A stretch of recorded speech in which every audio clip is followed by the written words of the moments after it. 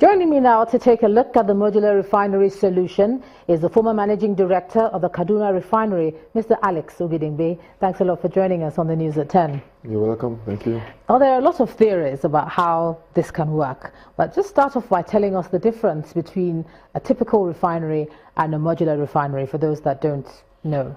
Well, a typical refinery we will call the same as a regular modular refinery because they contain the same elements, the same process units. The only difference is in the construction method. The typical refinery we would like to call grassroots, maybe after the location, to show you that you actually go there, you clear the location, and you build the units one by one. Whereas a modular refinery is one that you usually build outside the location where you want to put the refinery because of costs or technology or whatever other considerations like capital. Usually modular refineries are smaller because they have to be shipped in large vessels, they have to be put on platforms and welded. The units have to be welded. If you see a typical refinery with 20 to 25 different units, you will find that a modular refinery is by nature much smaller. And they last for shorter periods. They are more specific for smaller operations. They are not as commercial as the regular refineries. You will find that in Nigeria today, apart from the older refineries you have, any new refineries being planned are of the grassroots type. For instance, the Dangote refinery being built in Lekki is for 400,000 to 500,000 barrels per day. You cannot do that on a modular basis and be competitive. You have to come and make the construction on the site. And another one that I know is coming up very soon is 200,000 barrels per day. Again, the site is also very critical. Modular refineries are usually very small for specific areas. In fact, in the last 15 years in Nigeria, there have been so many talks about modular refineries, just like you want to think of generators for houses or for offices. You cannot do that easily in a refinery process. You have to go to the place where you find the crude oil and then link it. So modular refineries don't necessarily work in the situation we have here.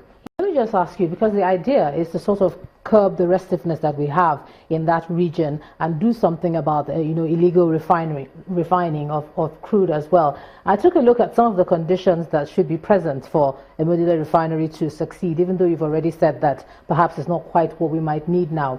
Proximity and access to crude. How will we resolve that in this sort of case? Well, you just mentioned illegal refineries. Those are not refineries. They are death traps.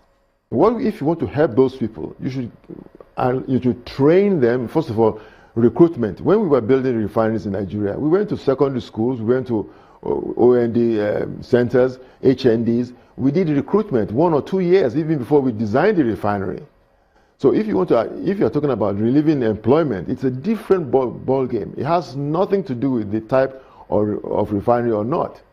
So those who are involved in illegal refineries now are endangering their lives and the lives of the community. I was in Port Harcourt just a week ago where I listened on radio to hear about a lot of suits and settling down on homes around Port Harcourt. And the reason for that is because of these illegal refineries which can only use drums, and those who are operating it are taking very heavy risks. In fact, in such illegal refineries, the products you make are not standard. They only help to adulterate the products you normally import to distribute. So they are a menace to not only the environment, but to the people who are doing it. So if the solution to that is not the introduction of a modular refinery, what would be your solution to sorting out this illegal refining business? Because the only way they can access the crude in the first place is to break the pipeline. Exactly. That's where they get their crude from. So anything you do to keep the refineries from not working, this illegal, just like counterfeit processes, you must do that to protect the people who are trying to run it and the environment. People have also said that modular refineries can be attacked as well, that they're also subject to vandalism as well, pipeline vandalism. Well, you see, as I tell you, modular refineries and grassroots refineries by definition are the same technically. Usually the modular refineries are smaller and more convenient to locate. So it's not as if there is any difference between the two types of refineries that will help the community. In fact, as I was telling you, the viability of refining to make the business profitable is to build larger refineries. That's why Dangote is building 400, 500,000 barrels per day, not 10,000 barrels or 15,000 barrels, which are usually called allocated for modular sections. As I repeated earlier, modular refineries don't work here because they are small, they are not accessible to the locations for crude oil, and anybody who wants to operate anything of that size must be stealing the crude. I don't think the federal government intends to give crude away free, whereas they can get these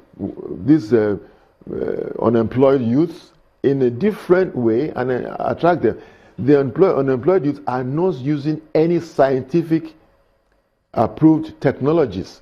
Okay, assuming that we do have people who can afford to bring in the modular refineries, we're not talking about those who are operating illegal refineries now. Yes. Another issue for them could be or might be investment, return on investment. Where would they get the money from in the economy that we're running now? So what would you suggest? Even though you have said they might not work here, they must have done some research to think that it can.